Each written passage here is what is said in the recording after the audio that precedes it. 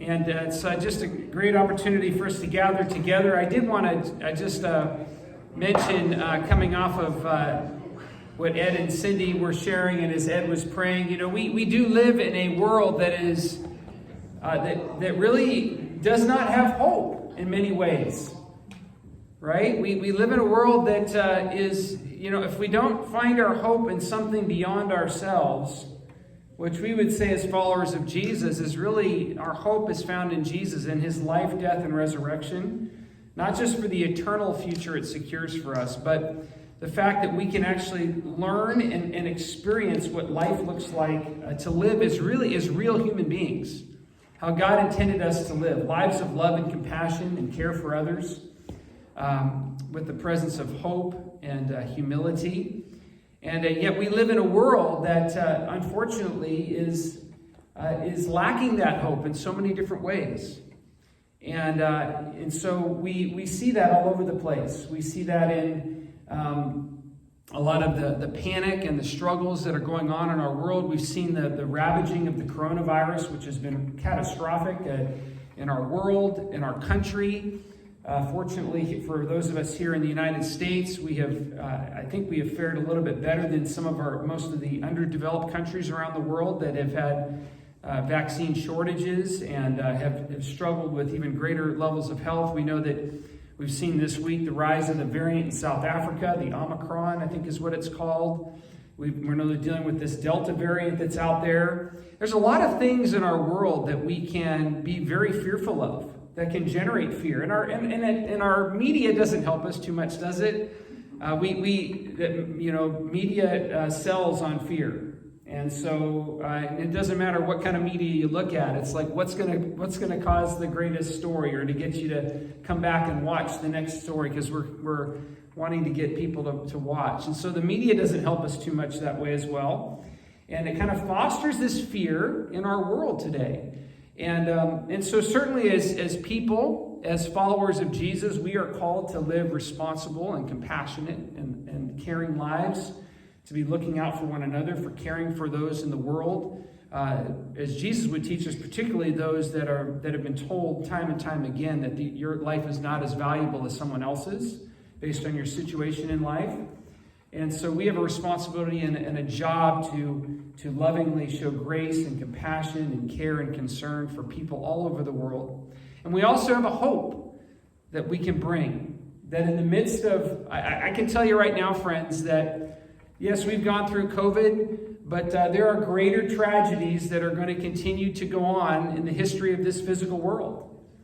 There are going to continue to be catastrophes and disasters and earthquakes and the effects of sin on the natural order. What we learned from very early on in Genesis, that Adam and Eve's sin not only caused spiritual death for them, but the effects of sin, it's clearly stated in Genesis chapter 3, that the effects of sin resulted in a curse on the earth itself. And so all of creation is groaning for renewal. And so as long as we live in this state of not seeing the renewal completely perfected yet, and the coming and the restoration of Jesus in all things, we are going to live in a place of pain and struggle, disease, loss of life. As tragic as those things are, as tragic and as horrible as the coronavirus has been on the economy and on the health and on relationships and all kinds of things, the mental health of people as well, it's been far-reaching. We know that we have a hope that is secured in Jesus, that transcends all things, transcends time, transcends the turmoil and the struggles of our day. Doesn't necessarily mean that those struggles are going to go away. But we have a peace and a hope that Jesus will walk with us through those times. I was just thinking, I wasn't planning to share this, but my son Trey was at an event this CCS football game. I don't know if you saw the news or not, but at Westmont High School on Friday night.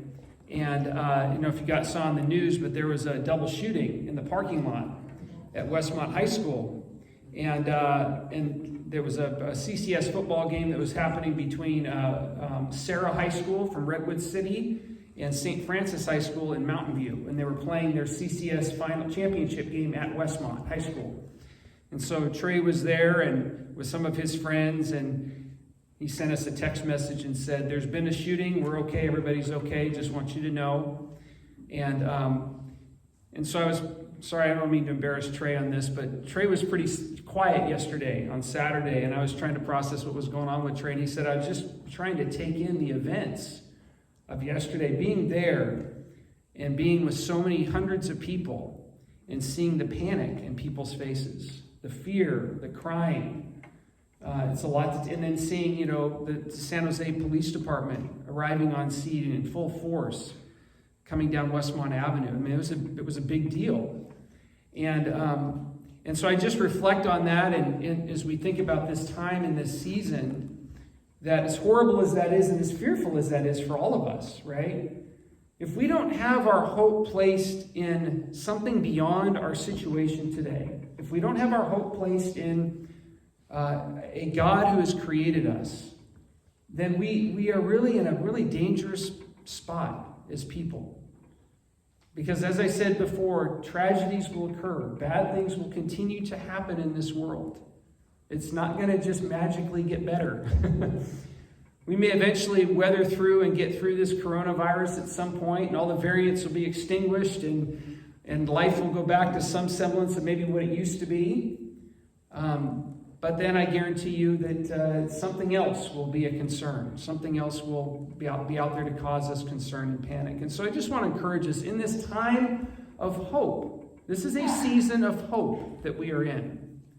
As we talk about the birth of Jesus Christ, we are not without hope in this world. Jesus has provided not only an eternal future, but he has provided us hope as we navigate the challenges of this broken world and this broken life that we live in. We live in this great tension of being new creations and yet being subject to the confines of brokenness. And somehow these two things coexist today. We don't always understand why, but they do. And so part of it to me seems like the greater gift and the greater blessing is how God is calling us to learn to depend on and to trust in him in the midst of chaos and trouble. That somehow in that trusting, there is a greater value than we would experience if things were just easy all the time. And so I just offer that to you this morning. I wasn't really planning on sharing that, so that was a little vignette there, I guess. I'm going to stop my recording.